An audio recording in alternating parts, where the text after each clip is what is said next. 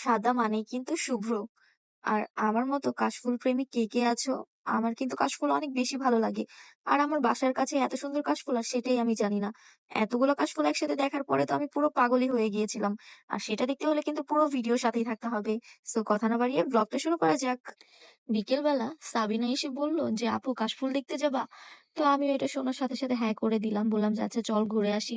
তো এরপর হচ্ছে আমরা রেডি হয়ে নিলাম। রেডি হয়ে একদম বাসার সামনে চলে আসলাম রোডটাতে। আসার পরে আরো কিছু ছোট ভাইয়ের সাথে দেখা। তো ওদেরকে বললাম যে, "চল যাই আমরা কাশফুল দেখে আসি।" তো যেই কথা সেই কাজ ওরাও বলল যে, "আচ্ছা আপু চলো যাই।" তো এরপর সবাই মিলে চলে যাচ্ছিলাম কাশফুল দেখতে। আর এটা নাকি আমার ক্যাম্পাসের সাথেই। তো এটা শোনার পরে তো আমি আরো একটু অবাক হয়ে গেলাম যে, আমার বাসার এত কাছে কাশফুল আর আমি অথচ জানি না। তারপরে হচ্ছে এই যে দেখো আমরা একটা বাঁশের সাঁকো দিয়ে যাচ্ছিলাম।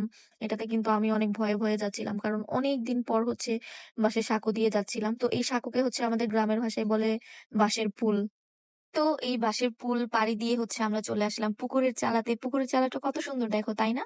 চারিদিকে হচ্ছে এই যে ধান ক্ষেত, তারপরে এই পাশে হচ্ছে অনেক সবজি ক্ষেত। আর এই পাশে হচ্ছে পুকুরের চালার যে রাস্তাটা আছে ওইটা। এখান দিয়েই চলে যেতে হবে আমাদের কাশফুলে। আর এই যে সবুজ, সবুজ ধান ক্ষেত এগুলো কিন্তু আর বেশি দিন সময় লাগবে না পাকতে। ১০-১৫ দিন পরেই হচ্ছে আমাদের গ্রামে একদম ধান কাটার উৎসব শুরু হয়ে যাবে। তারপরেই হবে আম কাঁঠালের দিন। ধানের উৎসবের সময় অনেক বেশি ভাল লাগে। আর এবার এত বেশি রোদ উঠতেছে, এবার তো ধান আরো তাড়াতাড়ি পাকবে। তো এই যে আমরা চলে আসলাম হচ্ছে কাশফুলে। মাশাআল্লাহ কাশফুলগুলা দেখে আমি একদম পাগল হয়ে গিয়েছি। মানে এত বেশি সুন্দর লাগতেছে, যা তোমরা সামনে থেকে না দেখলে আর কি বুঝবা না। তো আমি সাবিনাকে বলতেছিলাম, "তুই আমাকে আরো আগে কেন বললি না? তাহলে তো আমি আরো আগে অনেক আসতাম।"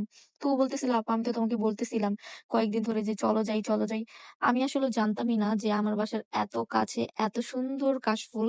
মানে পুরাটা মাঠ জুড়ে শুধু কাশফুল আর কাশফুল। এইগুলো দেখার পরে তো মানে কি করব আমি? একবার হচ্ছে ভিডিও করতেছিলাম, তারপরে আবার ছবি তুলতেছিলাম। এরপরে হচ্ছে আমরা ২ জন মিলে পুরাটা মাঠ দৌড়াইছি। মানে কাশফুলের উপর দিয়ে দৌড়াদৌড়ি শুরু করে দিছিলাম। এমন একটা অবস্থা। তো এইটা দেখে হচ্ছে আমাদের সাথে যে আমাদের ছোট ভাইগুলা গেছিল ওরা তো অনেক হাসাহাসি শুরু করে দিছে। যে, "আপু কি করতেছো? তুমি এত খুশি হয়ে গেছো কাশফুলগুলা দেখে?" তো আমরা অনেক দৌড়াদৌড়ি করলাম। অনেক বেশি ভাল লাগতেছিল। এতগুলা কাশফুল একসাথে দেখে। একদম ছোট, ছোট ছিল এগুলো। এজন্য বেশি সুন্দর লাগতেছিল। আর এই কাশফুলের মাঠটা হইতেছে মাওলানা ভাসানী ইউনিভার্সিটি ক্যাম্পাসের ভেতরেই। এটাকে হচ্ছে বালুর মাঠ নামেই পরিচিত। বালুর মাঠ বললেই সবাই চিনে। তো এর আগে অনেকদিন আগে আমি একবার এখানে আসছিলাম। তো এরপরে আর হচ্ছে আমার আসা হয় নাই। তো ওরা হচ্ছে রেগুলার আসে। সাবিনা তারপর হচ্ছে রিফাত ওরা হচ্ছে রেগুলার আসে। তো এর জন্য হচ্ছে ওদের কাছে তেমন একটা মানে অবাক করার মতো লাগতেছিল না। বাট আমি হচ্ছে অনেকদিন পরে আসছি তো আমার দেইখা মানে এত ভালো লাগতেছিল মানে বলার বাইরে। তো আমরা হচ্ছে এই যে সুন্দর করে হচ্ছে ভিডিও করতেছিলাম, নাচানাচি করতেছিলাম। আর আমি বলতেছিলাম যে ভিডিও করো সুন্দর করে। কিন্তু এমন একটা টাইমে গেছি ওই টাইমে হচ্ছে বাইরে অন্ধকার হয়ে গিয়েছিল। মানে আমাদের বাসা থেকে বের হতে, হতেই ৬টা বেজে গিয়েছিল।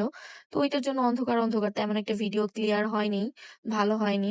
তো আমি ভাবছিলাম যে কিছুদিন পরে হচ্ছে আবার যাবো।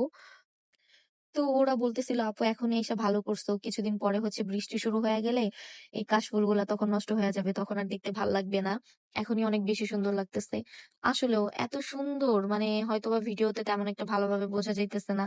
বাট সামনে থেকে দেখলে যে কেউ এই কাশফুলের প্রেমে পড়ে যাবে। আর আমার তো ফুল অনেক বেশি পছন্দ। যেহেতু আমি অনেক প্রকৃতি প্রেমী মানুষ। আমার কাছে প্রকৃতির সবকিছু অনেক বেশি ভাল লাগে। আর ফুল তো একটু বেশিই।